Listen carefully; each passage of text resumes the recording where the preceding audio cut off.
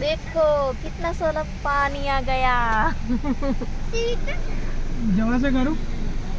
ચાલી જવું ચાલી ચાવલી જવું છે, ટુંડાવ જવું છે, આમ તો નટવરનગર મોટી ગાડી તો નીકળી જાય મોટી ગાડી નીકળી જાય. હે મોટી આ ગાડી સાઈડ દબાઈ નાખજો થોડી નીકળી જશે આરામથી નીકળી જાય અચ્છા.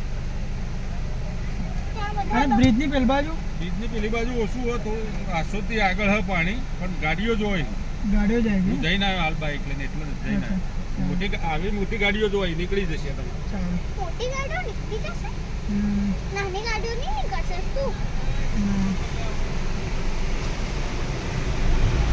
પપ્પા હા. देखो रोड में पानी भर गया। અરે બોલો, नदी नदी નદી જ ફૂલ થઈ ગયા. થોડા એથી બનાવું. દેખ ये.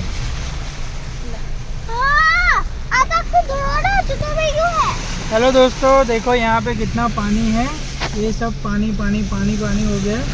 सामने वाले से रोड से भी पानी आ रहा है. यहाँ पर तो बहुत सारा ये पानी सावली रोड है.